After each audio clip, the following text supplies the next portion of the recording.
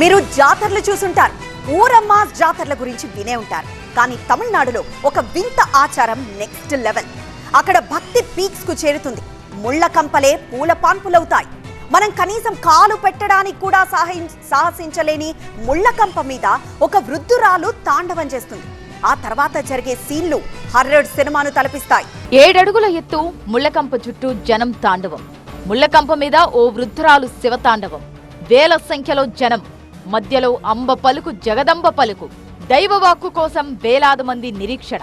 ఊగి ఊగి ఒక్కసారిగా ముళ్ళకంపపై ఆమె పడిపోతుంది. ఆ తర్వాత ఆ వృద్ధురాలు చెప్పే మాటలను జనం చెవులు రిక్కించుకొని వింటారు. ఇది అమ్మవారి ఆలయంలో వింత ఆచారం.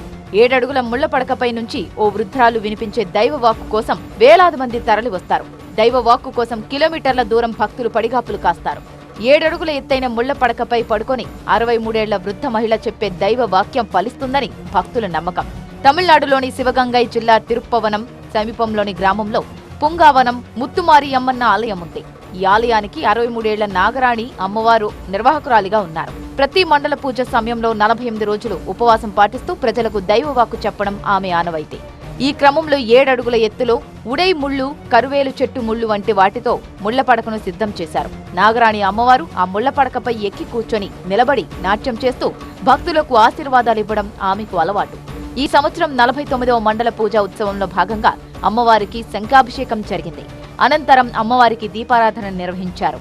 దీనిని కొనసాగిస్తూ మధ్యాహ్నం నాగరాణి ముళ్ల పడకపై కూర్చొని ఆశీర్వాదాలు అందించేందుకు ఆలయం ముందు ఉన్న మైదానంలో ఉడై ముళ్ళు, ఇలంతై ముళ్ళు, కత్తాలి ముళ్ళు వంటి వివిధ రకాల ముళ్లతో 7 అడుగుల ఎత్తులో ముళ్ల పడకను ఏర్పాటు చేశారు. ఇక ఆలయానికి వచ్చిన భక్తులు మేళ తాళాలతో వేడుకొని ప్రారంభించారు. దీనిని అనుసరించి నాగరాణి ముళ్ల పడకపై కూర్చొని నిలబడి పడుకొని నాట్యం చేస్తూ ఆగ్రహంగా భక్తులకు ఆశీర్వాదాలు ఇస్తూ వారికి దైవవాక్కు చెప్పింది. అంబ పలికింది, జగదంబ కరుణించింది అని భక్తులు సంబరపడ్డారు.